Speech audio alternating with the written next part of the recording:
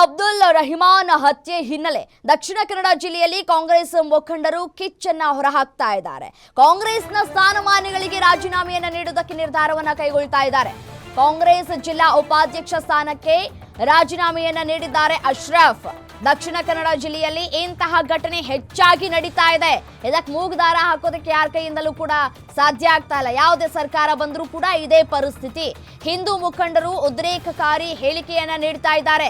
ಯಾಕೆ ಅವರನ್ನ ಬಂಧಿಸಿಲ್ಲ, ಕ್ರಮವನ್ನ ಕೈಗೊಂಡಿಲ್ಲ, ನಮಗೆ ಶಾಂತಿ ಬೇಕಾಗಿದೆ ಅಂತ ಕಾಂಗ್ರೆಸ್ ಮುಖಂಡ ಅಶ್ರಫ್ ಹೇಳ್ತಾ ಇದ್ದಾರೆ.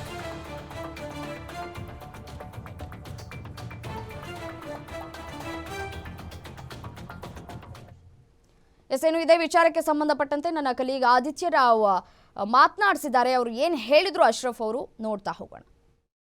ಕರಾವಳಿಯಲ್ಲಿ ರೆಹಮಾನ್ ಹತ್ಯೆಯಾದ ಬಳಿಕ ಇದೀಗ ಕಾಂಗ್ರೆಸ್ನ ಮುಸ್ಲಿಂ ಮುಖಂಡರು ಭುಗಿಲೆಯಲ್ಲಿರುವಂತದ್ದು, ಸಾಮೂಹಿಕವಾಗಿ ರಾಜೀನಾಮೆ ಕೊಡಲಿಕ್ಕೆ ಈಗಾಗಲೇ ಸಿದ್ಧ ಆಗಿರುವಂತದ್ದು. ನಮ್ಮ ಜೊತೆ ದಕ್ಷಿಣ ಕನ್ನಡ ಜಿಲ್ಲೆಯ ಕಾಂಗ್ರೆಸ್ನ ಉಪಾಧ್ಯಕ್ಷರಾದಂತಹ ಕೆ ಅಶ್ರಫ್ ಅವರಿದ್ದಾರೆ, ಜೊತೆಗೆ ಮಾಜಿ ಮೇಯರ್ ಕೂಡ. ಸರ್, ಈ ರಾಜೀನಾಮೆ ಬಗ್ಗೆ ಏನ್ ಹೇಳ್ತೀರಿ? ರಾಜೀನಾಮೆ ಅಂತ ಹೇಳಿದ್ರೆ ನಾವು ನಿರ್ಧಾರವನ್ನು ಮಾಡಿದ್ದೇವೆ. ಯಾಕಂದ್ರೆ ನಾನು ಆಲ್ರೆಡಿ ಈಗ ನನ್ನ ಏನು ಸ್ಥಾನಕ್ಕೆ ರಾಜೀನಾಮೆ ಕೊಟ್ಟಿದ್ದೇನೆ. ಯಾಕೆಂದ್ರೆ ನಮಗೆ ಬೇಸತ್ತು ಹೋಗಿದೆ. ಯಾಕೆಂದ್ರೆ ನಾವು ಪದೇ ಪದೇ ಈ ರೀತಿ ದಕ್ಷಿಣ ಕನ್ನಡ ಜಿಲ್ಲೆಯಲ್ಲಿ ಈ ಘಟನೆ ನಡೀತಾ ಇದೆ. ನಾವು ಸರ್ಕಾರ ಹತ್ರ ಮನವರಿಕೆ ಮಾಡ್ತಾ ಇದ್ದೇವೆ. ಒಂದು ಕಡಿವಾಣ ಹಾಕಿ, ಈ ಮಾತುಗಳಿಗೆ ಕಡಿವಾಣ ಹಾಕಿ ಬೇಡದ ರೀತಿಯಲ್ಲಿ ಸ್ಪೀಚ್ ಮಾಡ್ತಾ ಇದ್ದಾರೆ. ಓಪನ್ ಆಗಿ ಚಾಲೆಂಜ್ ಕೊಡ್ತಾ ಇದ್ದಾರೆ. ಮುಸಲ್ಮಾನರ ಕೊಲ್ಲುವುದು, ಮುಸಲ್ಮಾನ್ ಜಿಯಾದ್, ನಮ್ಮ ಮಹಿಳೆಯರ ವಿಷಯದಲ್ಲಿ ಈ ರೀತಿ ಮಾತಾಡ್ತಾರೆ. ನಾವು ಹೇಳಿ ಸಾಕಾಗಿ ಹೋಗಿದೆ. ಇತ್ತೀಚೆಗೆ ಅಶ್ರಫ್ ಒಂದು ಹತ್ಯೆ ಆಯಿತು.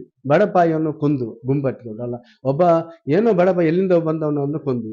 ಅದಕ್ಕೆ ನಾವು ಆವತ್ತು ಕೂಡ ನಾವು ನಮ್ಮ ಜಿಲ್ಲಾ ಮಂತ್ರಿ ಮತ್ತು ನಮ್ಮ ಗೃಹ ಮಂತ್ರಿಗೆ ನಾವು ಅವ್ರ ಹತ್ರ ತುಂಬಾ ಸೀರಿಯಸ್ ಆಗಿ ಮಾತಾಡ್ತೇವೆ.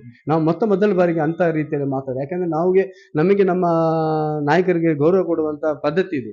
ಆದ್ರೆ ನಾವೆಲ್ಲ ನೋವಾಗಿ ಅವ್ರ ಹತ್ರ ಆ ರೀತಿ ಮಾತಾಡಿದ್ವಿ. ಯಾಕಂದ್ರೆ ಇದೊಂದು ಸರಿಯಾಗ್ಲಿ ಅಂತ ಹೇಳ್ಕೊಂಡು.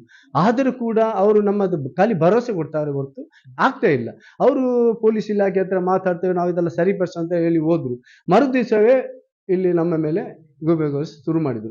ವಾಪನ್ ಆಗಿ ಭರತ್ ಅವರು ಪುತ್ತೂರಲ್ಲಿ ವಾಪನ್ ಆಗಿ ಚಾಲೆಂಜ್ ಮಾಡಿದ್ರೆ, ನಾವು ಈ ರೀತಿ ಕೊಲ್ತೇವೆ, ನಾವು ಕೊಲ್ತೇವೆ ಅಂತ ಹೇಳುವಾಗ ಅಷ್ಟು ಏನು ಅವರಿಗೆ ಅಷ್ಟು ಇದಿಲ್ವಾ?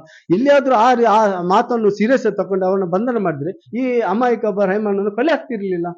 ಯಾಕೆ ಈ ರೀತಿ ಆಗ್ತದೆ ಅಂತ ಅವ್ರು ಕೊಲೆಗೆ ಇವರು ಕಾಯುದ ಅಂತ ಕುತ್ಕೊಂಡಿದ್ದ ಅಂತ ಹೇಳ್ತಾ ಇದ್ದೆ. ಆಗಿರುವಾಗ ನಮ್ದು ಒಂದು ನಿರ್ಧಾರ ಅಂತ ಹೇಳಿದ್ರೆ, ಜನರು ತುಂಬಾ ಆಕ್ರೋಶದಲ್ಲಿದ್ದಾರೆ. ನಿನ್ನೆ ತಾವು ಎಲ್ಲ ನೋಡಿರ್ಬೋದು, ದಕ್ಷಿಣ ಕನ್ನಡದಲ್ಲಿ ಇತಿಹಾಸದಲ್ಲಿ ಮೊದಲ ಬಾರಿ ಅಷ್ಟು ಸಾವಿರಗಟ್ಟಲೆ ಜನ ಸೇರಿದ್ದಾರೆ ಒಂದು ಬಡಪಾಯಿಯನ್ನು. ನಾವು ಅಷ್ಟು ಕೂಡ ಇದ್ರೂ ಕೂಡ ಬೆಳಗಿಂದ ಅಲ್ಲಿ ಬಾಡಿ ಅವರ ಮನೆ ಮುಟ್ಟಿ ಎಲ್ಲ ವಿಧಾನ ಮುಗಿಯೋ ತನಕ ಅವರೊಟ್ಟಿಗೆ ಇದ್ದು, ಯಾಕೆಂದ್ರೆ ಜನರೆಲ್ಲ ಹೋದ ಮೇಲೆ ನಾವು ಬಂದು, ಯಾಕೆಂದ್ರೆ ನಮಗೆ ಶಾಂತಿ ಬೇಕು, ಎಲ್ಲಾದ್ರೂ ಘಟನೆ ಆಗದ ರೀತಿಯಲ್ಲಿ ನಾವು ನೋಡ್ಕೊಂಡಿದ್ವಿ. ಯಾಕಂದ್ರೆ ನಮ್ಗೆ ಶಾಂತಿ ಬೇಕಂತ ಹೇಳಿದ್ರೆ ಸರ್ಕಾರಕ್ಕೆ ಏನ್ ಹೇಳಲಿಕ್ಕೆ ಬಯಸ್ತೀರಿ ಈ ಘಟನೆ ಬಗ್ಗೆ? ಸರ್ಕಾರಕ್ಕೆ ನಾವು ಬಯಸುವುದಂದ್ರೆ ಸರ್ಕಾರಕ್ಕೆ ಕೇಳುವುದು ಒಂದೇ ಅಂದ್ರೆ, ಇಲ್ಲಿ ಶಾಂತಿ ಸುವ್ಯವಸ್ಥೆ ಕಾಪಾಡಿಕೊಳ್ಳಿ. ಇನ್ನು ಮುಂದೆ ಇಂಥ ಘಟನೆ ಆಗದ್ರಿಂದ ನೋಡ್ಕೊಳ್ಳೋ ಜವಾಬ್ದಾರಿ ಸರ್ಕಾರದ್ದು.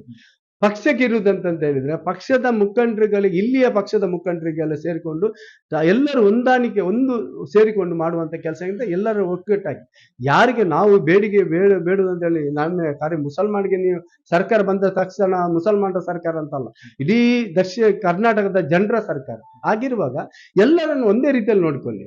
ಆಗಿರುವಾಗ ಯಾಕೆ ಪದೇ ಪದೇ ಹೊರ ಊರಿನವರು ನಮ್ಮ ದಕ್ಷಿಣ ಕನ್ನಡ ನೋಡುವಾಗ ಒಂದು ತರ ಒಂದು ಇದು ಮಾಡ್ತಾ ಇದ್ರೆ, ಏಕೆ ಹೀಗೆ ಆಗ್ತದೆ? ಕೊಲೆ ಒಂದು ಕೊಲೆಗೆ ಬೆಲೆ ಇಲ್ಲ ಅಂತ ರೀತಿಯಲ್ಲಿ ಈ ತಿಂಗಳಲ್ಲಿ 3 ಕೊಲೆ ಆಯ್ತಲ್ಲ. ಅಶ್ರಫ್ ಹತ್ಯೆ ಆಯ್ತು ಒಂದೇ ತಿಂಗಳಲ್ಲಿ, ರೆಹಮಾನ್ ಹತ್ಯೆ ಆಯ್ತು ಒಂದೇ ತಿಂಗಳು. 27 ತಾರೀಕಿಗೆ ಅಶ್ರಫ್ ಹತ್ಯೆ ಆಯ್ತು, ಇದೇ 27 ರೆಹಮಾನ್ ಹತ್ಯೆ ಆಯ್ತು. ಈಗ ಇದು ಯಾವ ರೀತಿಯಲ್ಲಿ ಇವರು ಈ ದಕ್ಷಿಣ ಕನ್ನಡ ನೋಡ್ತಾರೆ? ಆಗಿರುವಾಗ ಇದೆಲ್ಲ ಸರಿಪಡಿಸಲಿಕ್ಕೆ ನಾವು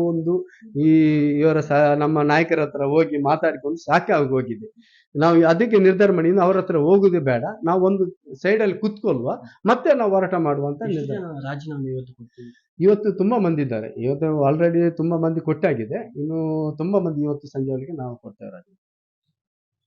ಇವಿಷ್ಟು ಕೆ ಅಶ್ರಫ್ ಅವರ ಮಾತು. Aditya Dundole, guarantee news, Mangaluru.